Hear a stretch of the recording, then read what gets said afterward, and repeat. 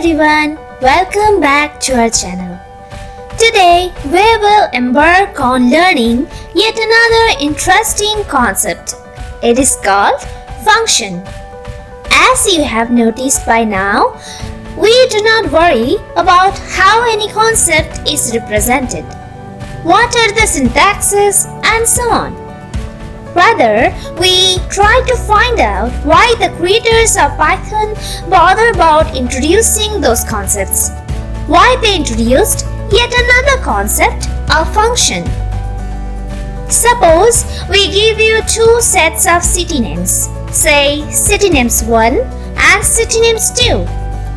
For example, if we have this, city names 1 equals Havana, Rabat, Hanoi, Manila, etc. City names 2 equals Caracas, Abuja, Ulaanbaatar, etc. Can you write a code to print all the cities that do not start with an A?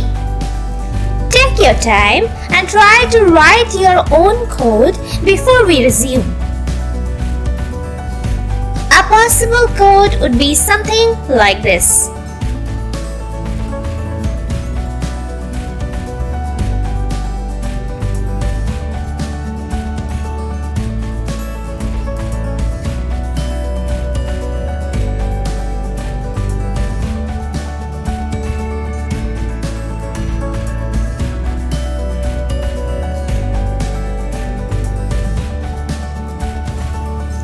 Let's see if it really works. See, it prints all the cities that start with letters other than an A.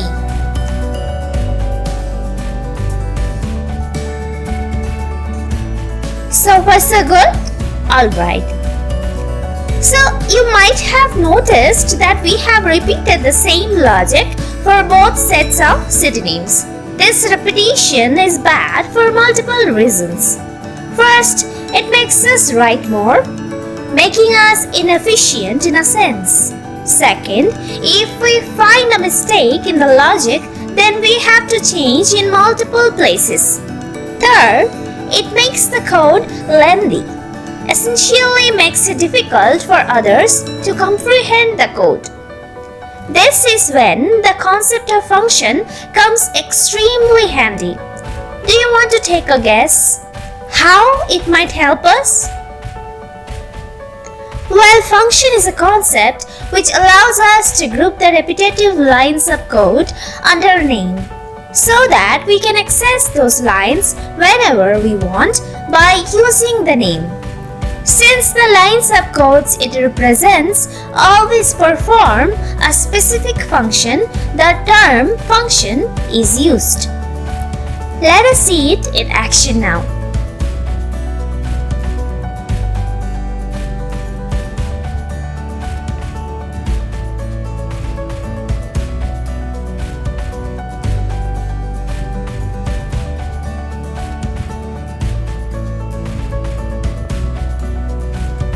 First, let me run this code and then we will explain a few specific items here. See, it prints the way we expected. You might have already guessed that print city without A is the name of the function. It represents the code from line 2 to 4. These lines are responsible for printing all the elements of a collection that do not start with an A. Lines 2 to 4 are called a function body. Line 1 is for function definition and together lines 1 to 4 represent a function. Now onwards, whenever we want to print city names or in fact any list of strings that do not start with an A, we can use these lines of codes by using the alias print city without A. Similarly, we also need an alias for the collection of names. For example, the function body does not know what is city names 1 or city names 2. So the function body needs an alias and any name collection is that alias. When a function body needs to use such aliases, they must be mentioned in the function definition. Such aliases are called function arguments. Now that we have a function in lines 1 to 4 and two lists citynames 1 and citynames 2, we need a way to apply the function to each of the lists. After all, this was our original objective, to print citynames from both the lists that do not start with a name. Now line 9 shows how to apply the function for the list citynames 1. First, we write the function name, then within braces we write the citynames 1 as the argument. The function then applies the logic on this list citynames 1 under the proxy of any name collection. In the same way, the function is applied for the second list citynames 2 in line 10. Here, the argument is obviously the second list citynames 2. Finally, when we have many line subcodes, we also need a way to indicate where a function starts and where it ends. The term def is used for that purpose. Every Python function starts with its definition line, and this line starts with the term def in most cases. However, there could be some more items that can appear before def. We will not be bothered about those for now. The end of a function is identified by an empty line. This is the same concept to identify the end of an if-else block or a loop block as well.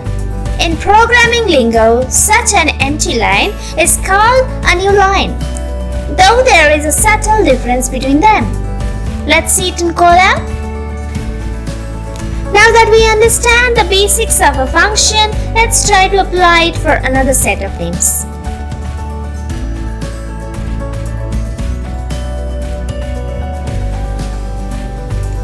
Now did you notice that something went wrong? The city Apia gets printed even though it starts with an A. Did you figure out the reasons? Well, we deliberately left this concept unexplained while working with string for you to explore. The important concept here is that each distinct character is identified by a distinct number. Since an uppercase A is distinct from a lowercase a, they have distinct numbers. In fact, the uppercase A gets the number 65, whereas lowercase a gets the number 97.